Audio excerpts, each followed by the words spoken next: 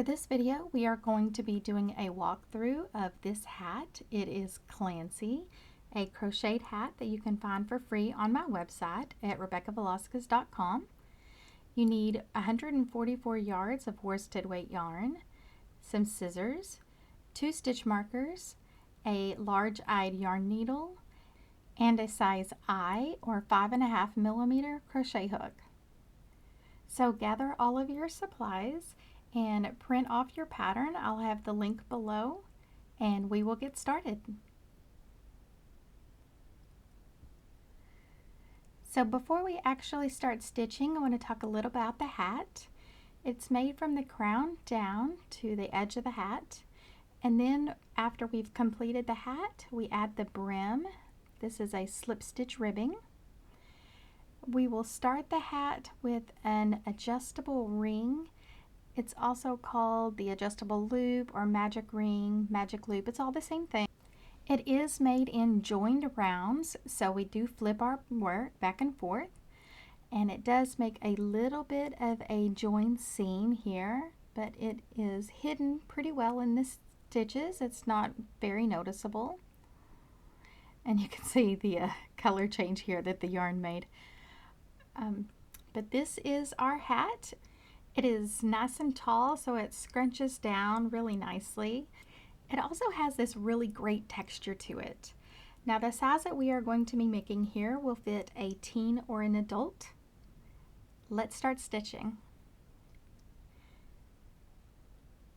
Now remember, we are going to begin with the adjustable ring. So what you first want to do is give yourself a good 10-12 inch tail. And you want to set your working yarn in your tension hand as usual. With the tail, wrap it around your thumb and hold it with your fingers back here in the back so it doesn't slip away. With this yarn crossed in the front, what you want to look for is this single strand here in the back. With your hook, go under that, grab your working yarn and pull up a loop. And from here you want to chain 1 or 2, whatever your pattern calls for. But this is your adjustable ring, this loop around your thumb. So let's do this again. Leaving a good long tail, take your yarn, set it in your tension hand, wrap it around your thumb. Hold it with your fingers in the back, and taking your hook, go under that strand in the back. Grab your working yarn, pull up a loop, and we are going to chain 2 to begin our pattern. So now we have this chain 2 and our adjustable ring. You want to pinch those chains and slip your thumb right out. So this is your adjustable ring, and it's inside this ring where you will place your stitches. Now the pattern calls for 11 double crochet, so I'm going to go ahead and make 1 really quickly, and then I am going to add a stitch marker. I'm going to put it right here in the top of that chain 2 because it does count as our first stitch, and I'm going to mark that. We don't want it to get lost whenever we tighten the chain. So there's 2, and now we will continue on and get the remainder of our doubles inside this adjustable loop. Now notice that I am working around both thicknesses of yarn. So working around both the tail and the actual adjustable loop at the same time.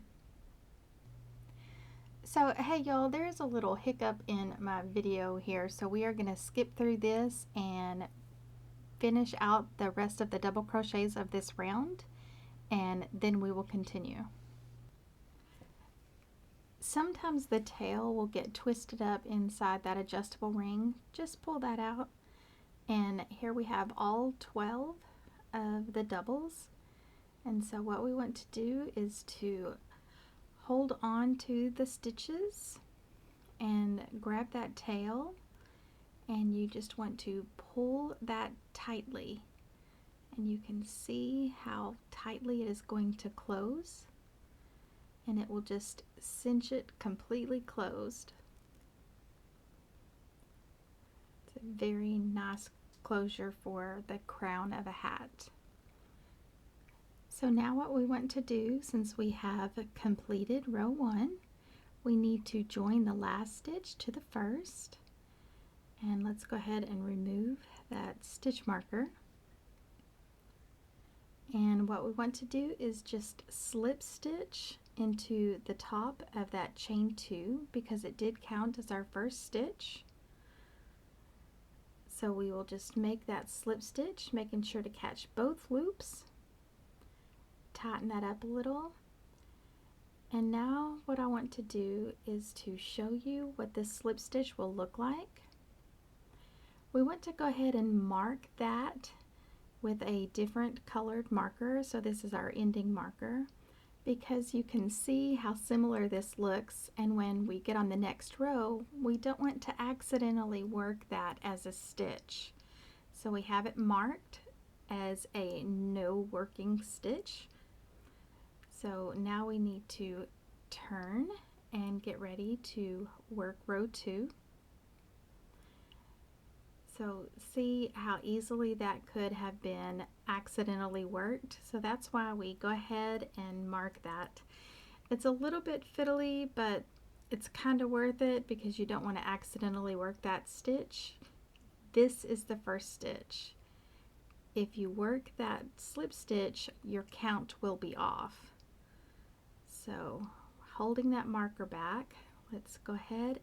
The first stitch of the row is a slip stitch. And so now we'll grab the marker that marks the first stitch of the row and going under both loops.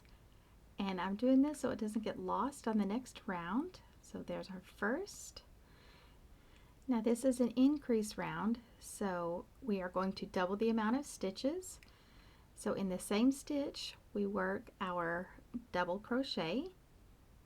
So both stitches into that first stitch, and in our second stitch is a slip stitch and also a double. So again, 2 stitches per stitch, slip stitch and a double crochet. And this is our stitch pattern for all the way around every stitch. And at the end of the row we are going to have 24 stitches. So let's complete this row, and I will complete mine, and then we will come back and join them together.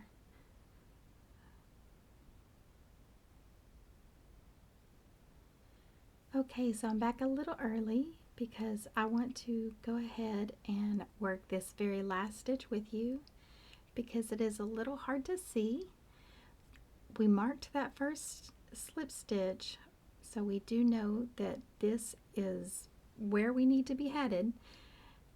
This is our joining slip stitch mark, but this last stitch is difficult to see. So we'll point it out, and there it is. It's that top of that chain 2. So that's that last stitch where we will work the last set, the slip stitch and the double crochet. So it's a little tight and a little hard to tell, but that's the very last stitch. So now we have 24 stitches in this row, and it makes this little rippled effect whenever you finish these texture rows. And they bump out to the right side, so this is the wrong side. And I also want to look a little bit so we can see the anatomy of the stitch. So if we get lost down the road, we can figure out where we are. So we're going to look at the double crochets. So I'm going to squish that through, and you can see that this is the double. So here's the top of that double, and when you push it back into place, you can see that that is the stitch that leans up, And so the slip stitches have a down slant. So when it goes up, it's the double, and down is the slip stitch. So if you lose track of where you are in the row, that's going to help you out to figure out which stitch you need to be working next. So now we need to join this row. And again, that slip stitch is the first stitch. So we will slip stitch that last to the first. And that is our join. So let's remove that do not work marker and move it to the new joined slip stitch. And that is again that joining stitch that we do not want to work.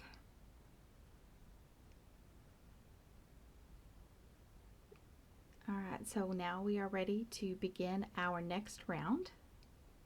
Now remember, we are turning our work, so we will turn and make the next chain 2, which again does count as the first stitch.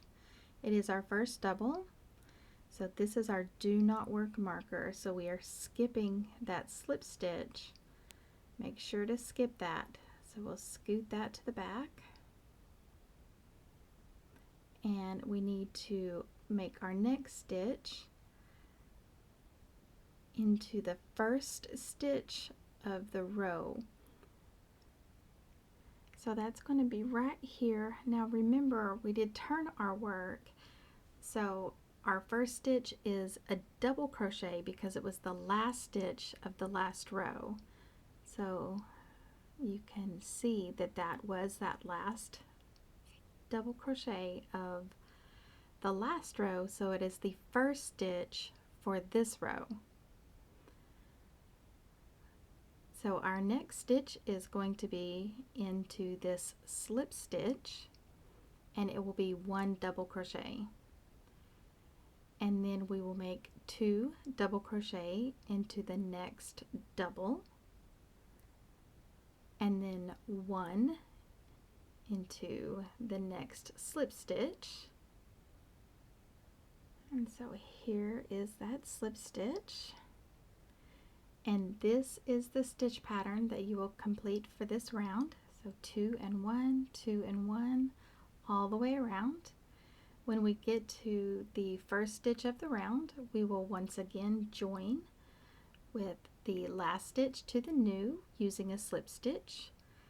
So you work yours and I'll work mine, and then we will come back and join together.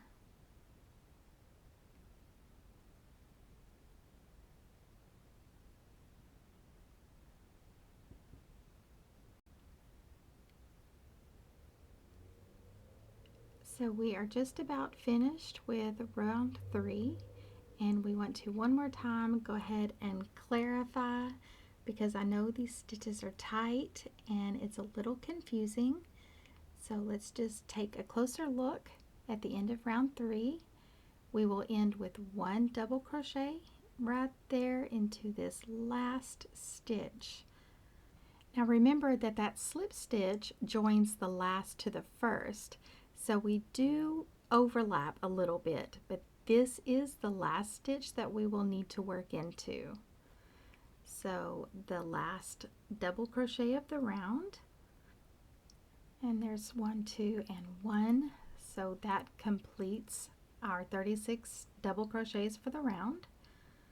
So we are joining the last stitch to the first with the slip stitch, and we are going to move that do not work marker from the previous row.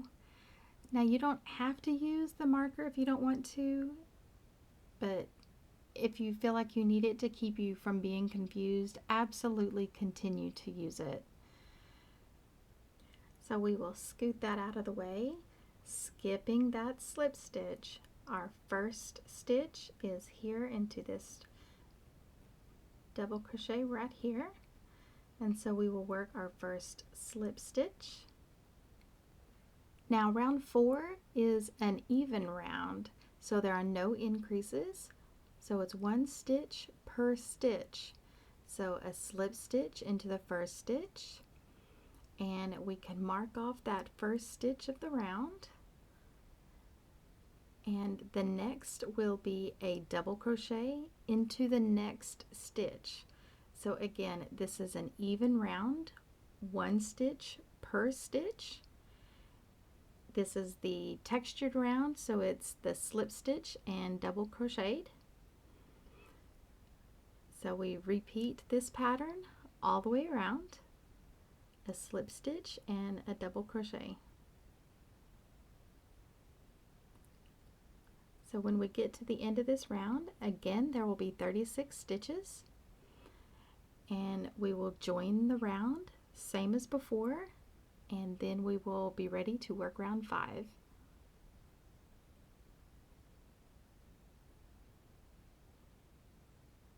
So now we are ready to start round 5.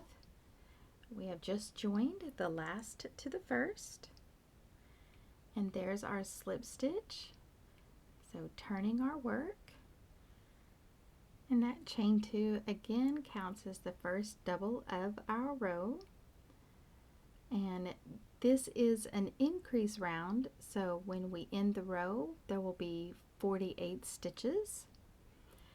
So the stitch pattern repeat that we have will be that increase into the first stitch. So there's a double into that first stitch of the round. And so that is our first increase. And then we will put 1 double into each of the next 2 stitches. So there's the increase in that first stitch, and then individual and individual. So the next stitch is another increase. So it's 2 doubles. So there's 1 and 2. And then the next 2 stitches will be 1 each.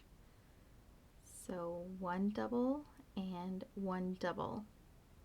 And this goes all the way around. So 2 and 1, 1, 2, 1, 1. And then again, when we get to the end, we'll join the last to the first. So at the end of this round, there will be 48 stitches. So you work yours and I'll work mine, and again, we will meet up for the next round.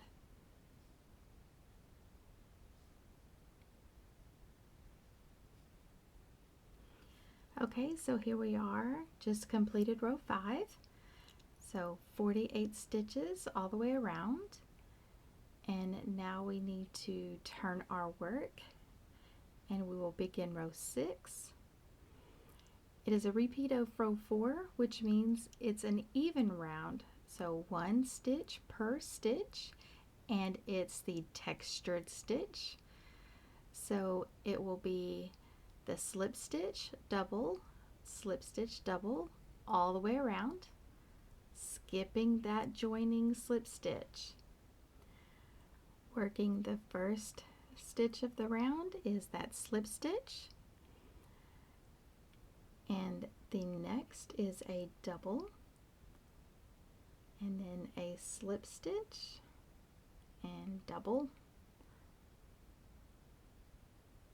Now, because there are no increases in this round, we will have 48 stitches again at the end. And again, it's a joining of the last to the first, and then we'll turn and we will be ready for row 7.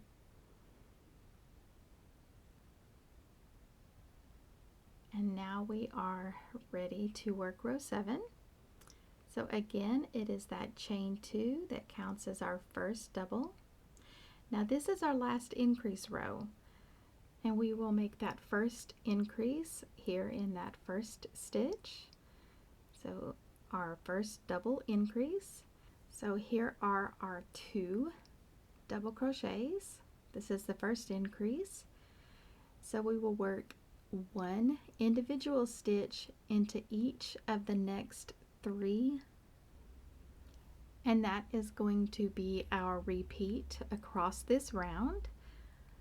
2 stitches for an increase and then an individual stitch into each of the next 3.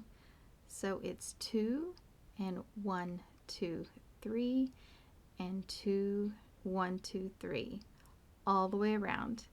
And at the end of this row we will have 60 stitches. So you work yours and I will work mine, and we will meet up again for the next round. And so here we are after row 7. You can see that it's starting to take the shape of a hat. It has a bit of a curve here on the crown of the hat.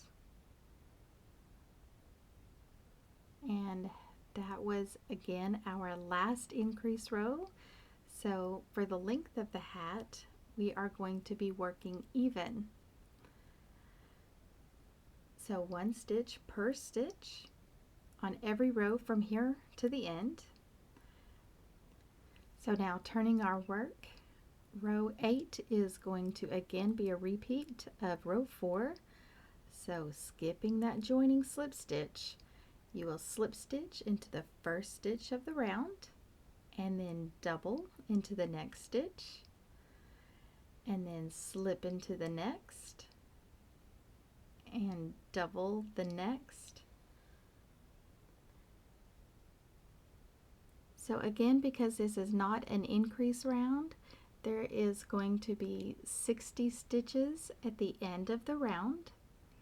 So it's slip stitch double all the way around, joining that last to that first. So you work your round and I will do mine, and again we will meet up to work the next round.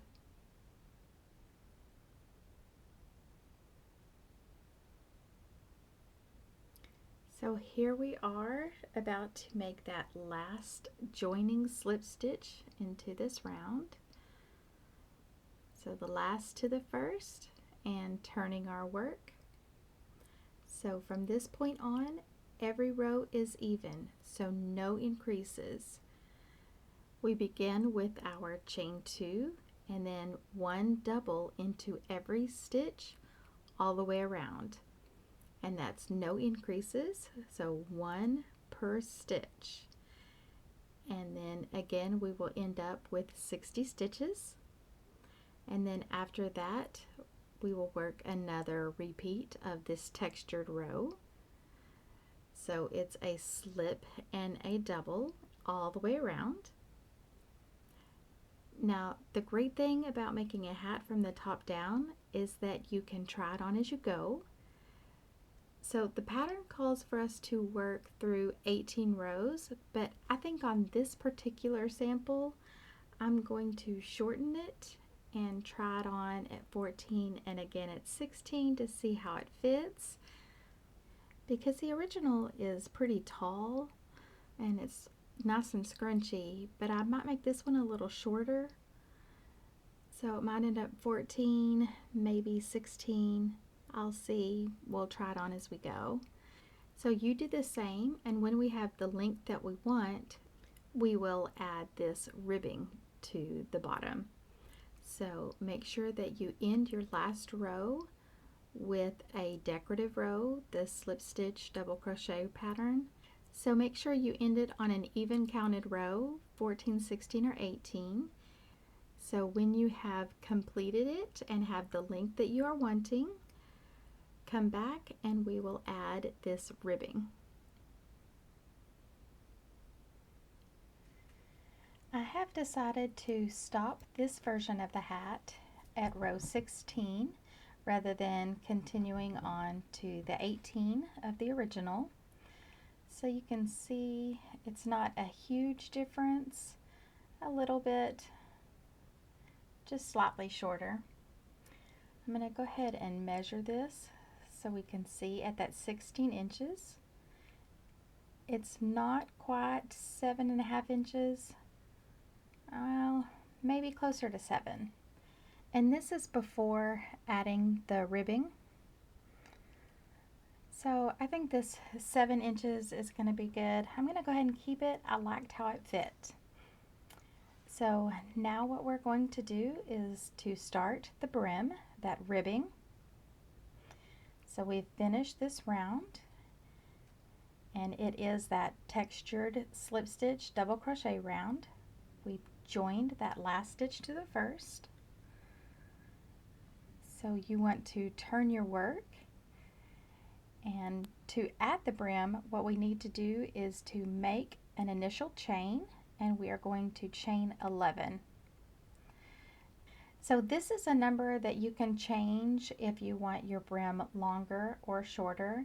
This chain is the length of your ribbing. So this is where you will want to make any changes. And that's 9, 10, and this is 11. So now we have these 11 chains.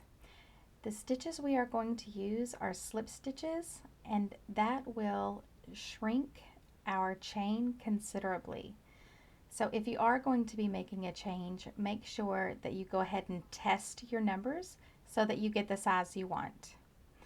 So what we need to do is to work a slip stitch into that back ridge of the chains all the way to the end.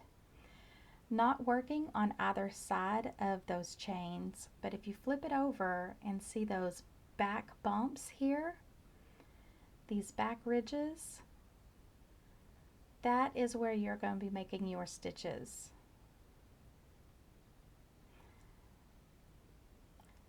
So again, it is a slip stitch into every chain. Oh, hold on, let's start that over again. So into the second chain from your hook, make that slip stitch into that back ridge, and you will make a slip stitch in each chain across. So at the end I will have 10.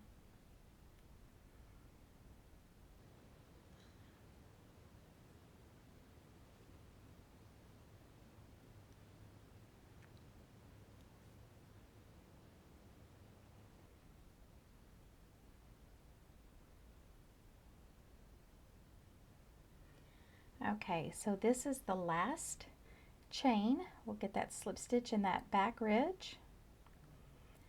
And now what we are going to do is to join to the body of the hat. So we are going to be using the back loop only of the stitches that are on the free edge on the hat. So we're going to leave this front loop unworked, working only in that back loop back there.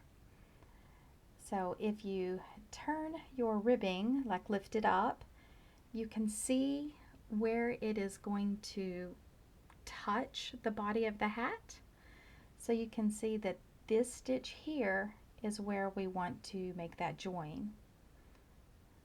So you can see that this is the stitch that you want to work in, so it won't cinch the hat too tightly or be too loose.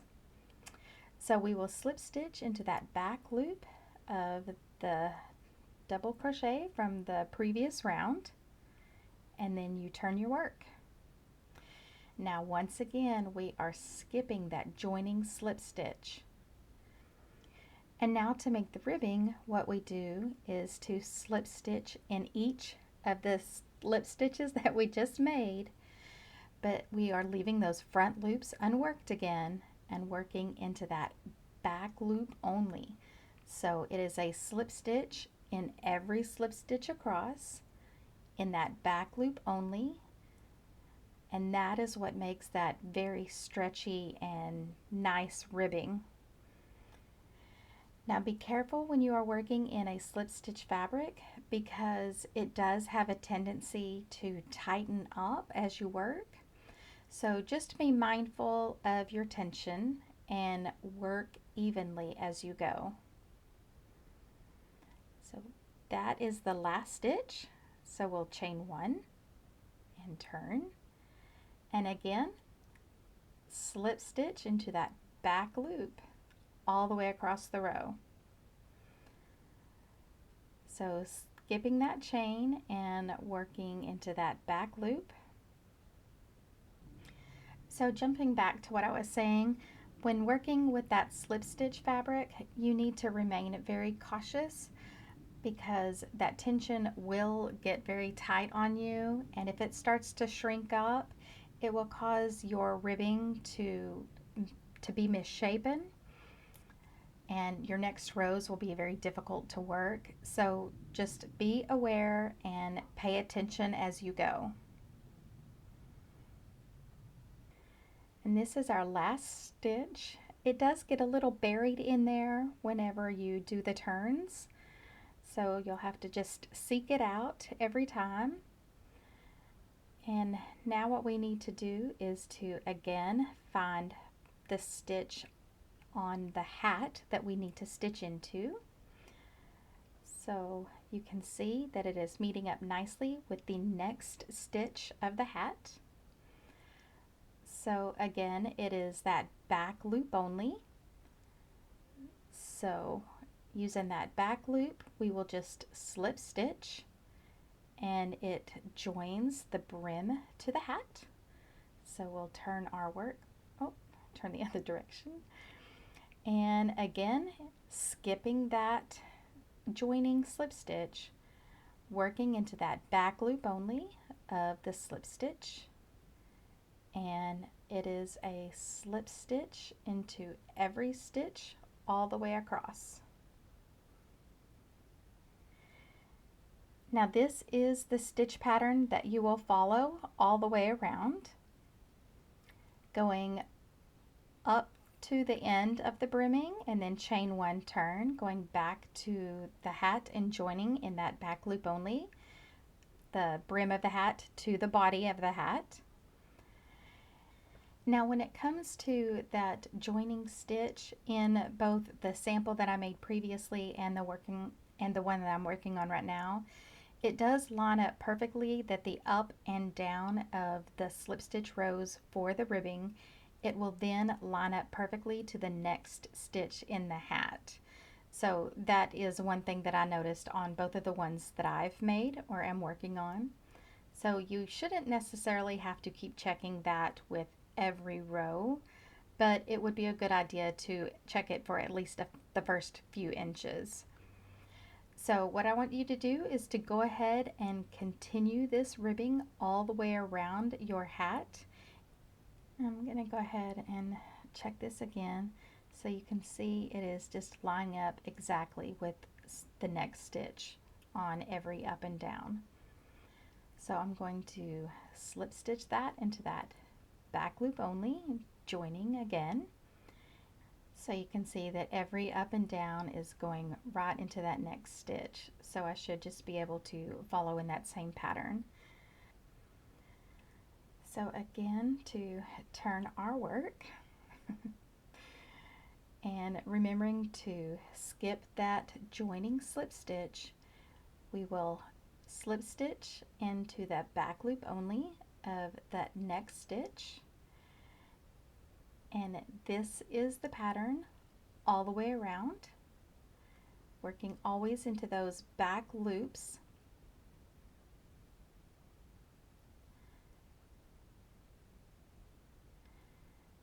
And so we'll just do this up and down and that back loop only all the way around your hat.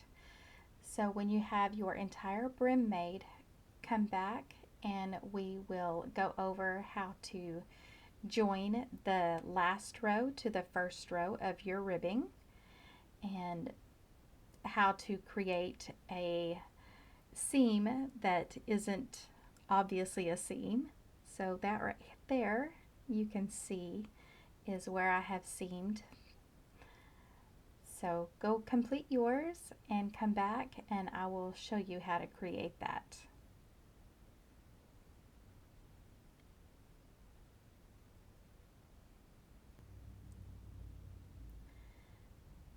Okay, so now we have reached the end of the ribbing and we've slip stitched into that last stitch of the hat.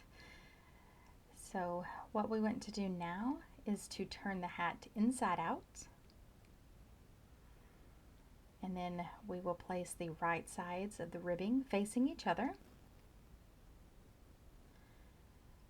So you want the last row closest to you. So the first row is away and the last row is closest to you. So we'll get that loop on our hook. And now what we want to do is to take a look at the stitches. So there's the front loop and the back loop. So right along the edge is the front loop, and this is the back loop of those slip stitches that we just made. So the front and the back. But what we actually want to look for is that horizontal loop of the row below. So there it is right here. So there's the front loop and there's the back loop of the slip stitches just made. But you want to jump to the row below and pick up that horizontal loop just below the front loop. So okay, again, we'll get that loop back on our hook, and working into that first stitch, that row below, pick up that horizontal loop, and convince him to get on.